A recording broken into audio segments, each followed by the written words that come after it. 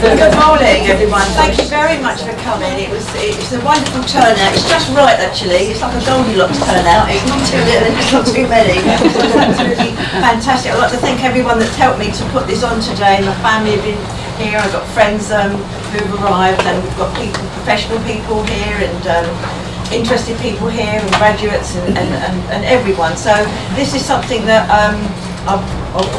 it was going to be a sort of a smaller meeting than this. It sort of grew, a bit like Topsy, and we had our first meeting in January about integration into the health service, and so we thought we'd have another meeting. We thought, oh, let's find somebody famous. Somebody said, oh, I've got a cousin who's got a friend who's and so we managed. I mean, how could he manage the time to get here in our little school to come and talk? So thank you very much, Norman, to do that, because you really know about the other side of care and the National Health Service. You know so much. So we've got representatives from the NHS, we've got representatives from therapists, we've got representatives from the world of care, and so I'm going to let Mr. Lamb speak.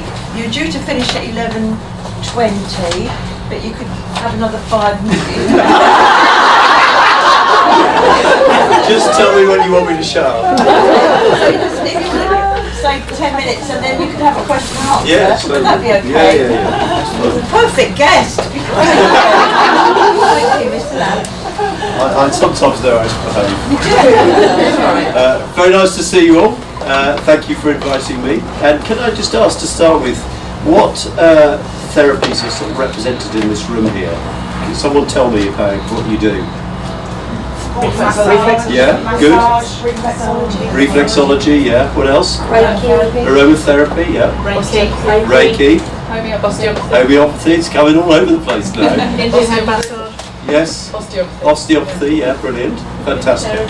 Sorry? Fantastic. Great. Okay, well, very nice to see you all. And first of all, I wanted to very strongly endorse the two themes this morning. The first is the need to work much more closely between the traditional NHS and care services and what all of you can offer. We would gain so much more for people, for individuals, particularly those experiencing a range of chronic conditions, including mental ill health, which is something I care a lot about.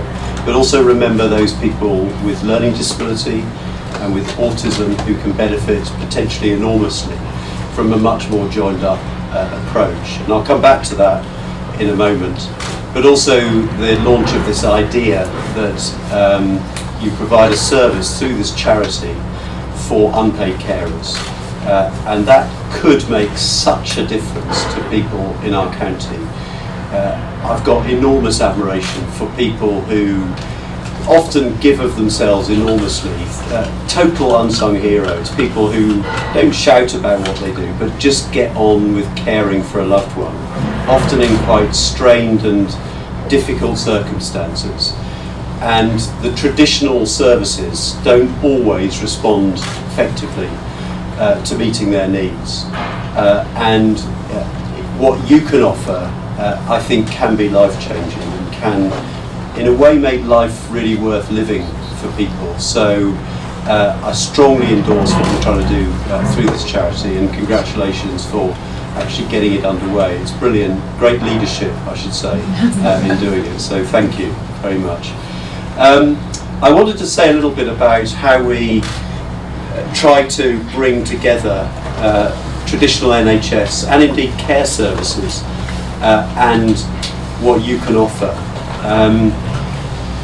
Big chunks of the traditional NHS aren't always good at engaging and seeing the benefits of what others can offer.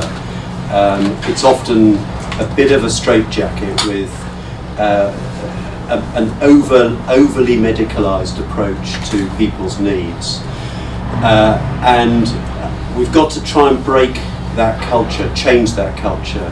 There are some great advocates for a more enlightened approach within the NHS, and I think it's really important we work with those people, and it may be an individual GP surgeries. I noted in the note that I received that you're adopting a sort of infiltration approach where you get onto patient participation groups in GP surgeries, slowly work your way, the enemy within, which sounds to me like a very clever, if a little underhand strategy. So I thoroughly endorse that as well. But I think identify those people who have an enlightened approach and be prepared to work with them. You will probably all be aware now of this idea of social prescribing. Is that sort of a clear and obvious description to you? It's in its very, very early days. I'm a strong advocate of social prescribing, but I was just saying outside, too often the NHS is willing to pay millions and millions of pounds to pharmaceutical companies, including incidentally to fund the prescribing of lethal opioids. We have a growing scandal in this country, following on from what's happened in the United States, of vast numbers, millions of opioid prescriptions being issued, often entirely inappropriately, to people who then become addicted and then, in too many tragic cases, overdose and lose their lives. So the NHS is willing to spend vast amounts of money, often inappropriately, through pharmaceuticals, and yet when they socially prescribe, too often they're not willing to pay a very small amount of money to a third sector organisation or to provide complementary therapies, which could make a massive impact on people's lives. And we've got to change that culture, often with a little bit of pump priming money to voluntary sector organisations and to others. You can achieve an enormous amount and often impact people's lives positively rather than making people dependent on things like opioids. So I thoroughly endorse social prescribing, but the mindset of the NHS has got to change, that they've got to be prepared to put money behind it to make it really happen. But I also wanted to talk to you a bit about an approach which is known as integrated personal commissioning. It's horrible sort of professional speak from the NHS, which you very often get. Has anyone heard of integrated personal commissioning? No, not at all. Well, that's in itself very interesting. So I'll just take you back. You probably have heard of personal budgets in social care. So this is the concept which goes back probably 2 or 3 decades within social care, and it was actually disabled people who came forward, not only in this country but in the United States and elsewhere, to say we want control over our care and over the decisions that are taken about how money is spent in supporting us. We don't want the bureaucracy making all the decisions for us. And there was eventually a sort of response to that demand from disabled people, and slowly, and it was the last Labour government that really promoted this concept within social care, first of all, of the idea of giving the budget to the individual and allowing them to decide how the money was spent in supporting their care needs. Now, that has slowly grown within social care, although tragically, if you look at what's happening in Norfolk, at Norfolk County Council, the number of people who actually receive money direct so that they can control the money, this is called direct payments, which is a subset of personal budgets where you actually give the money to the individual and say you spend it how you want to improve your needs. And what we know, incidentally, is that where we do that, it has a massive impact on people's well-being, because they're taking control of what are their priorities rather than the priorities determined by a bureaucracy at Norfolk County Council. But the number of people who are getting direct payments is in quite sharp decline here in Norfolk, at the same time as national policy is supposed to be promoting it. And this is in part because the money is so tight within social care that they find any way they can to reduce the money that they're paying out to people who desperately need support. But this, as a movement, has grown within social care.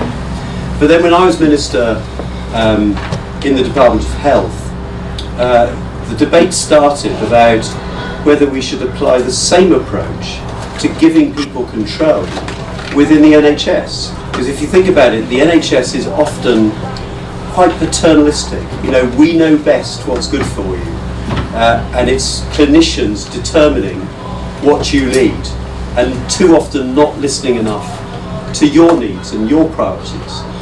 So I introduced the first ever legal right to a personal health budget for people who are in receipt of NHS continuing care. These are people who have significant health needs, sometimes at the end of life, but people with complex disabilities and health needs, often supported at home, but it's giving them the right to decide what's important for them.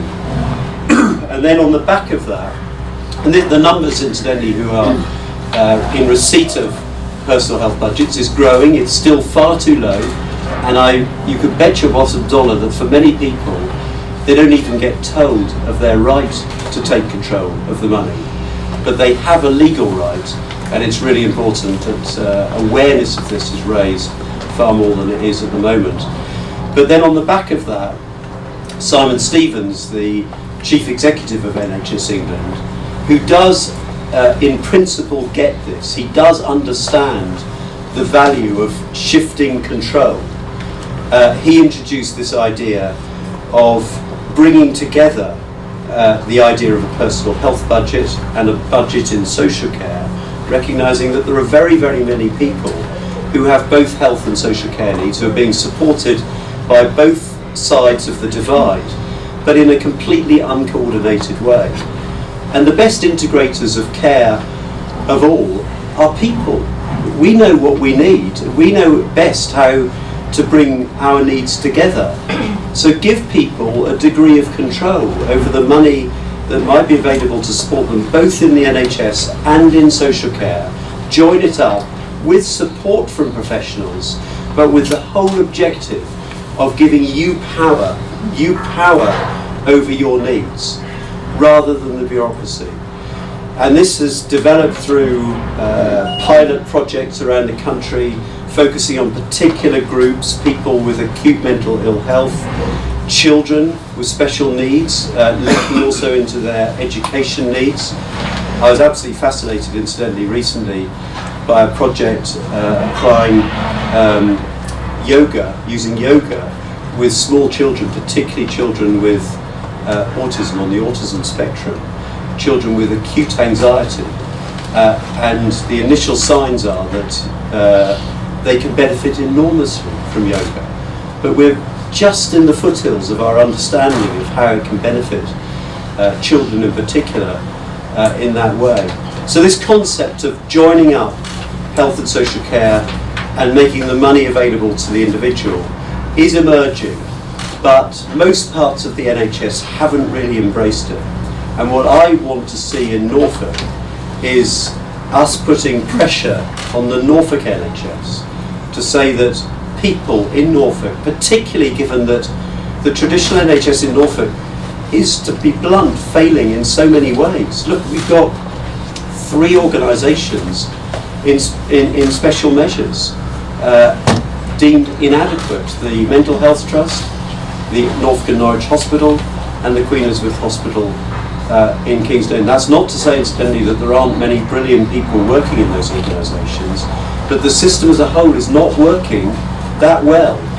So it seems to me that this is the ideal moment to say to the NHS leaders, do things differently, give some power and control to citizens to affect their health and their well-being, and recognise, including in that complementary therapies can play an enormous part in well-being, in giving someone the chance of a happy and good life. And surely, ultimately, that is the purpose, or ought to be the purpose, of our health and care system, to improve someone's well-being, and to help enable them to lead a happy life. Thank you very much.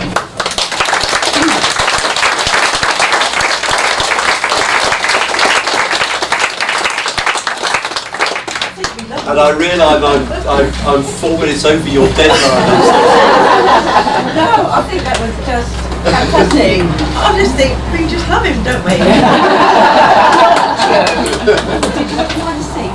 Yeah, okay. And has anybody got any questions? Very happy to answer any questions if you want. Or else I could just quietly slip away. I suppose if you were talking to people in the government and they were saying, well, how is this going to be funded? Do you think people, that would be the first thing they would say, and they're looking at maybe like what's happened with care homes and things, and the levels of care and things, and the money that needs to be put into those sort of services. So I know the Arts Council fund a lot of things to do with art therapies and various things, but they're not sort of joining up thinking about what we can do. And that again is lottery money. So they're the sort of areas that maybe arts and therapies could be pulled together as a way of mental health and having support from complementary therapies, but people aren't sort of talking about that yet. Yeah. It might be a way to join up funding streams. I certainly think that the National Lottery is one route to get sort of upfront money to try new things. But in principle, I'm not actually here talking about spending more money. I'm spending it better. I'm talking about spending it better, more effectively. If you think about, I go back to the point I made about opioids. I feel quite strongly about this. We spend a fortune, tens of millions of pounds on some of these prescriptions, and it's not helping people. It's often making people's lives worse, ultimately. So it's inappropriate spending of public money, and we could spend it so much more creatively. And it's about saying, here's the money that we're spending on this individual's care at the moment. Let's make this available to the individual to decide what's important to them. And quite often their choices are very different from what has been determined on their behalf. And who's best at actually making those decisions? Often it's best to make the decision collaboratively with help from the clinician. Too often what happens in local government is that with personal budgets, because I legislated through the Care Act for everyone to have a right to a personal budget. But what too often happens is that the local authority imposes constraints on how the money can be spent and gives you sometimes a card that could be spent in certain places on certain things. Well, that just undermines the whole purpose of this. The person improves their well-being by really taking control, and including, for example, I've had a fascinating case in North Norfolk of an immensely impressive woman who lives in Horning and has spent years and years and years looking after her sister with learning disability, and she devotes her life to it. And they, through their personal budget, had been going once a year to a caravan at Winterton for a week. It's not exactly excessive, and I think even the Daily Mail wouldn't go too hard on money being spent in that way. And she doesn't want to hand her sister over to a professional so she can get some, respite. She wants to go on holiday with her sister, but it's important to them that they're able to spend the money in that way. They were suddenly told by Norfolk County Council, we're not paying for holidays anymore through personal budgets. What's the effect of that? Massive negative impact on their well-being. Completely contrary to what the Care Act says they should be focusing on. Care Act says the well-being of the individual and the carer must be central to your thinking. But they've undermined that. They were even, remarkably and stupidly, willing to pay more for a professional to look after the sister for a week than the cost of the caravan. But this sort of rigid thinking is so I took that up, and we had a meeting with with senior people in social services, and we got some sort of compromise where it would be paid for this year and then reviewed next year, but everything's a battle.